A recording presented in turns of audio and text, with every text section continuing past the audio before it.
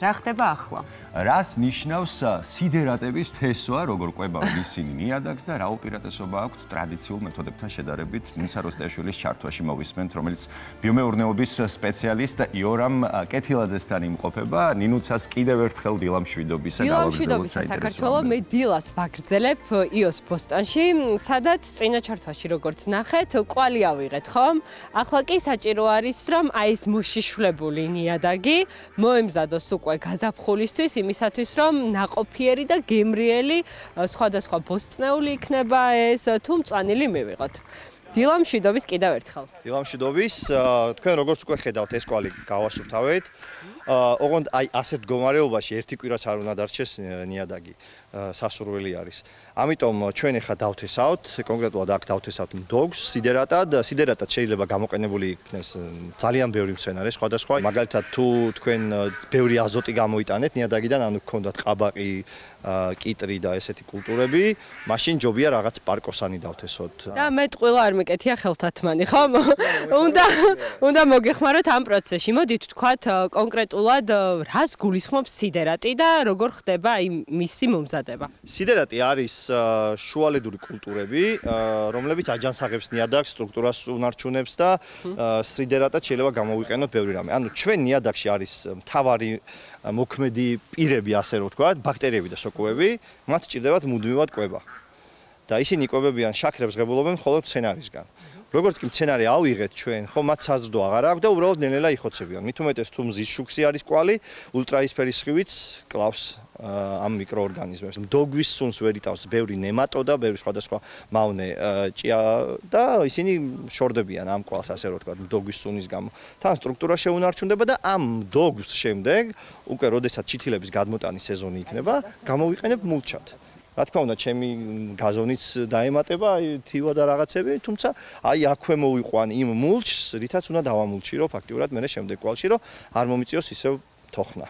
საინტერესოა ტექნიკურად როგორ ხდება ამის დათესვა. ვინაიდან სიდერატების თესლი ძირითად შემთხვევაში, აი ვთქვათ, 3 ყურასიც არის ძალიან პატარა და არ გვჭირდება დიდი რაოდენობით, მაგიტომ თანაბრად რომ გავანაწილოთ და ზედმეტი თესლი არ დავხარჯოთ, ჯობია აურიოთ ქვიშაში ან მიწაში, ამიტომ ჩვენ აქ გადმოვყრით რამოდენიმე.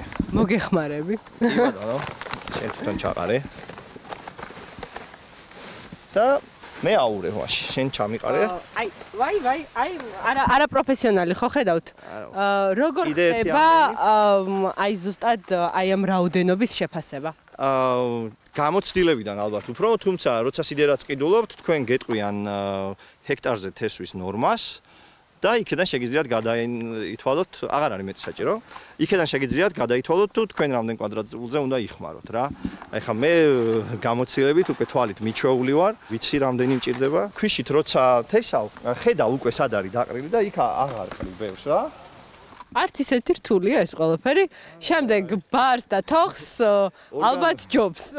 ორგანულ მეურნეობას რაც შეეხება, შეიძლება დროის განმავლობაში ბევრად ნაკლები დრო არ გჭირდებოდეს კვლევის მომზადებისთვის, თუმცა ფიზიკური ძალისხმევა ნაკლები ჭირდება აშკარად.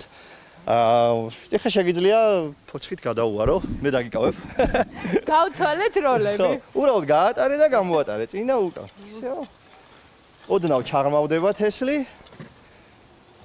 ქათმებიც აღარ მოგვიკენკავენ და კარგად გავღვივდება. ესე იგი, ფოცხი გადავატარეთ, დავიბრუნე მიკროფონი და რა არის შემდეგი ეტაპი?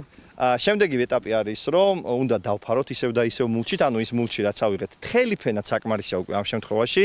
გაზაფხულზე შეიძლება ვთქვათ 5-10 სანტიმეტრი დავაფინოთ მულჩი, მაგრამ ეხლა აი 1-2 სანტიმეტრი მაინც, რომ მზემ არ გამოგვიშროს თესლი, ვთქვათ შეიძლება ჩვენ დავუმიზნეთ ისე, რომ წვიმა უნდა იყოს და წვიმის წინ დავთესეთ, თუმცა წვიმის შემდეგ შეიძლება 4-5 დღე მზიანი იყოს და გაღვივებული თესლი მზემ შეიძლება დაწვას, გამოაშროს. თუ არის საჭირო მორწყვა. ხო, მორწყვა არ არის, იმიტომ რომ წვიმების წინ დავთესავთ, მერე გადავაფარებთ მულჩას, ერთხელ გაღვივდება თესლი, მერე მულჩა დაიცავს გამოშრობისგან და 100%-ით ამოვა ფაქტიურად ყველაფერი რაც დავთესეთ. მადლობა იორამ ასეთი ამომწურავი და საინტერესო რჩევებისთვის. მე იმედი მაქვს, რომ ძალიან ბევრი ადამიანი გაუფრთხილდება მიწას და მოვლის სათანადოდ, ისე რომ შემდეგ ამ მიწამაც თავის მხრივ პატივი გვცეს. მე გემშვიდობებით და იმედი მაქვს, რომ გამოიყენებთ აი ამ რჩევებს. მადლობა ნინუცა.